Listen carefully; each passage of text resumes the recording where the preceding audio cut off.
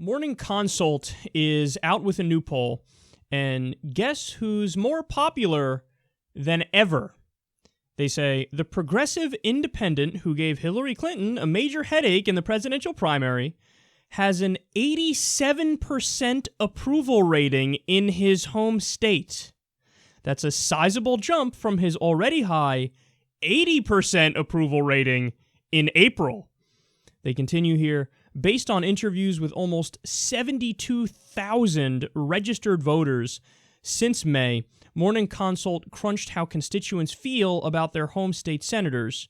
Sanders maintains his spot at the top of the list for most popular senator, a distinction that appears long-lasting.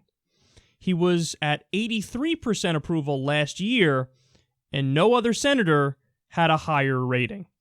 Okay, so let me explain what this means. First of all, what they're saying is they spoke to thousands of people, tens of thousands of people, 72,000 people in Vermont, Bernie Sanders' home state. And now it's 87% of them were like, oh, fucking love the guy. Love the guy. Now, that doesn't mean he has an 87% approval rating. I'm going to get to that in a second because you have to look at the national numbers for that. But in his state, when you take his state numbers with his voters and you compare it to talking about other senators with their respective voters in their state, he blows everybody out of the water. Just destroys everybody. So the number one most popular senator in the country is Bernie Sanders. That's unbelievable. Now, when you go to the favorability rating nationally, what's he at? So for this, what do? They measure favorables and unfavorables, and then you do the math, and you see if you're up or down. Now, obviously, anything that's in the green, anything that's up, is good. That means you have a net favorable rating, and you're net liked as opposed to net disliked. So what's Bernie Sanders? Well, when you do the math on it, his favorability is plus 20 nationally. Plus 20. Wow. That's pretty solid. Now, how about Hillary Clinton, who obviously has the nomination? What's she at right now? Negative 17. She's minus 17 on her favorability nationally. We passed up on literally the most popular senator in the United States of America with an 87% approval rating in his own state, plus 20 nationally. And instead, what did we get? One of the most disliked politicians in America. The only person who, in some polls, is more disliked than Hillary Clinton? Donald J. Trump. And there was a poll recently that had their unfavorables tied at 56%. In some polls, Hillary Clinton loses to Donald Trump in trustworthiness. Okay, to say that the wrong choice was made is the understatement of the century. But remember, we have to keep everything in perspective. It's not just that. It is also that they were tipping the scales in Hillary Clinton's favor from the beginning. That's what the whole DNC email leaks and scandal was about. We learned that within the DNC, there's collusion with the media. You know, Debbie Wasserman Schultz throwing a temper tantrum and saying, oh my God, Mika Brzezinski, how dare you, come out against me so hard like that? I'm going to talk to your boss. Let me talk to Phil Griffin. Let me talk to this person. Let me talk to that person. And basically throwing around her weight and threatening access. Oh, you want to keep being hard on me? Well, maybe you don't get as much access. It was people within the DNC who spoke about Bernie Sanders is up in West Virginia and Kentucky in the polls. How can we beat him there? I have an idea. How about we try to atheist shame him and float stories about how he doesn't believe in God?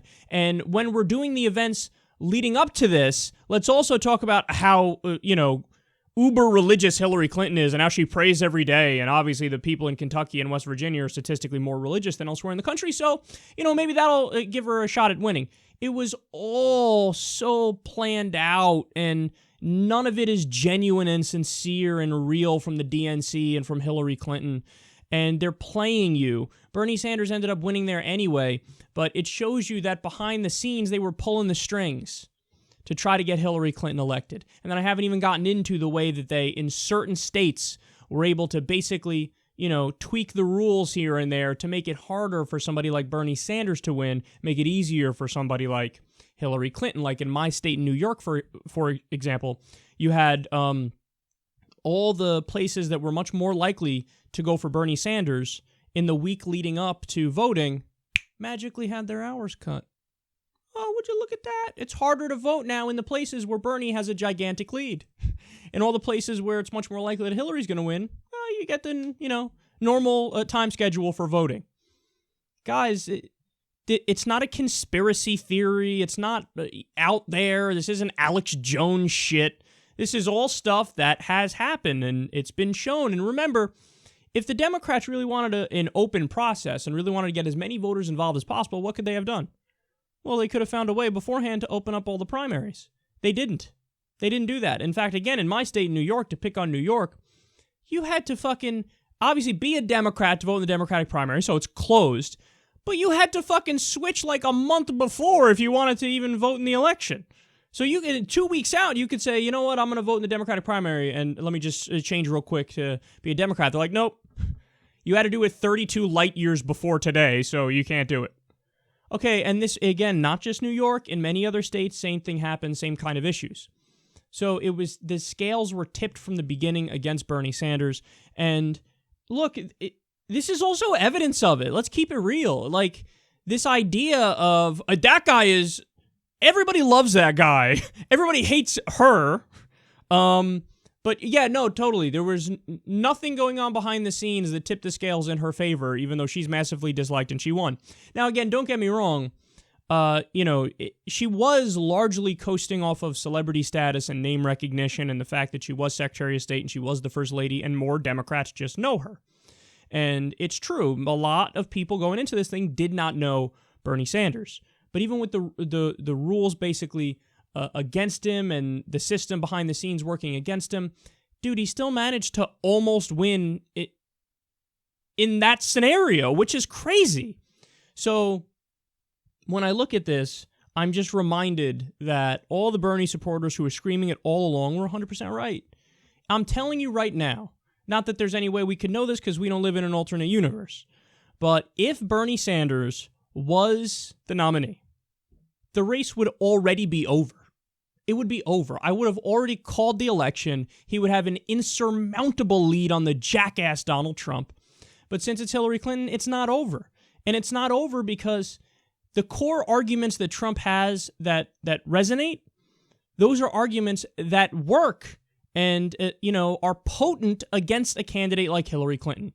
Because his whole thing was playing the anti-establishment role. When push comes to shove, I don't think he's actually anti-establishment, and I think he'd be a horrific president, but he got to play that role of I'm the billionaire outsider who, wants to stop the money in the system and all this stuff.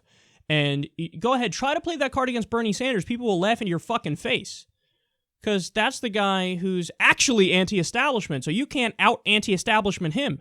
Can you out-anti-establishment Hillary Clinton? Fuck yeah, you can. So the arguments that Trump has that resonate they can work against Hillary. They can't work against Bernie. So that's why Bernie in some polls had a 15-point lead on Donald Trump nationally. On average, it was like 9 or 10 points. Hillary Clinton right now, as I speak to you guys, it's only like a 3-point lead nationally. And in some polls, very recently, she's losing. Polls coming out all the time. Trump's winning in Ohio in a recent poll. So this thing isn't over. Even when Donald Trump implodes and makes an ass of himself and knees himself in the nuts, it ain't over. It ain't over. So it's a terrible situation. But just know that as of right now, the most popular senator in the country was the one who didn't get through the primary. The most popular senator in the country. It's a tough pill to swallow.